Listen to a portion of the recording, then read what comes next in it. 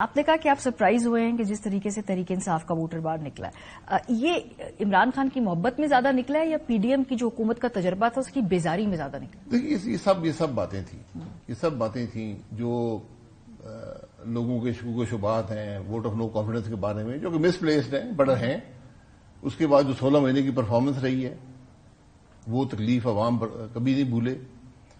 اس کے بعد جو ہوا ہے الیکشن کے پروسیس سے پہلے اس کو لوگ نہیں بھولتے، اور یہ جو کنوکشنز جب ہوئی ہیں اور وہ بھی الیکشن کے پروسیس کے اندر، جب الیکشن شیڈیول اناؤنس ہو چکا تھا، ان کا ہمیشہ ری ایکشن آتا ہے۔ ہمیں یہ بات بھولنی نہیں چاہیے، عوام ری ایکٹ کرتے ہیں ان باتوں کو۔ لیکن سر اتنی آپ بہتر گیس کر سکتے ہیں، میرے نزدیک 2002 کے بعد یہ پی ایم ایل این کی ورسٹ الیکٹورل پرفارمنس ہے۔ اس وقت تو چلو ایک عامر تھا، قیادت نہیں تھی، پارٹی توڑ دی پھوڑ دی۔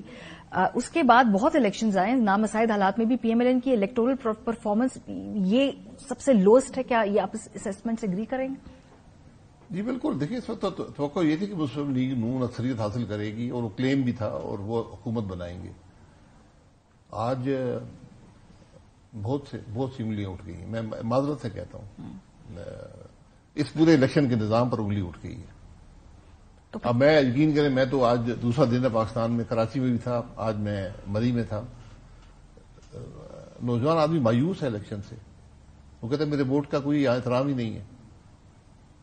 آج یہ بڑی سنجیدہ باتیں ہیں جو میں آپ کے سامنے کر رہا ہوں، یہ معمولی بات نہیں ہے۔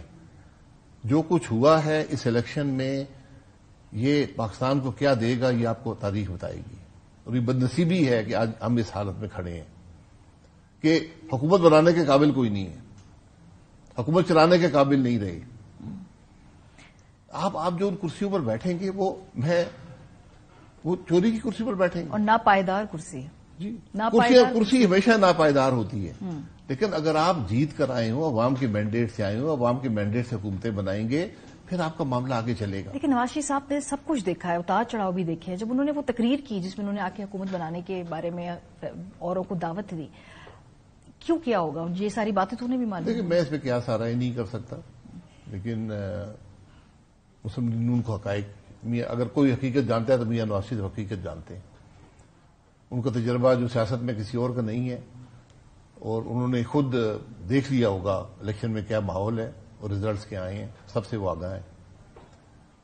بہرحال کہیں نہ کہیں آپ کو لگتا ہے پارٹی کے اندر بھی نواز شریف صاحب کے ساتھ کوئی دھوکہ یا بے وفائی ہوئی ہے؟ بیکاز یہ بھی ایک سینٹیمنٹ ہے پارٹی کے اندر کے شاید ان کے ساتھ بھی ہینڈ ہو گیا۔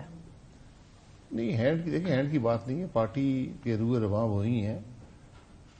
اس دفعہ جو پارٹی کے اندر ہوا ہے، یہ فیصلے انہوں نے کیے ہوں گے، فیصلے تو غور نہیں کرتا پارٹی میں، لیکن ان کے نتائج اچھے نہیں ہیں، اس کے اثرات بہت منفی ہیں مسلم لیگ نون کی سیاست پر بھی اور میاں نواز شریف صاحب کی ذات پر بھی۔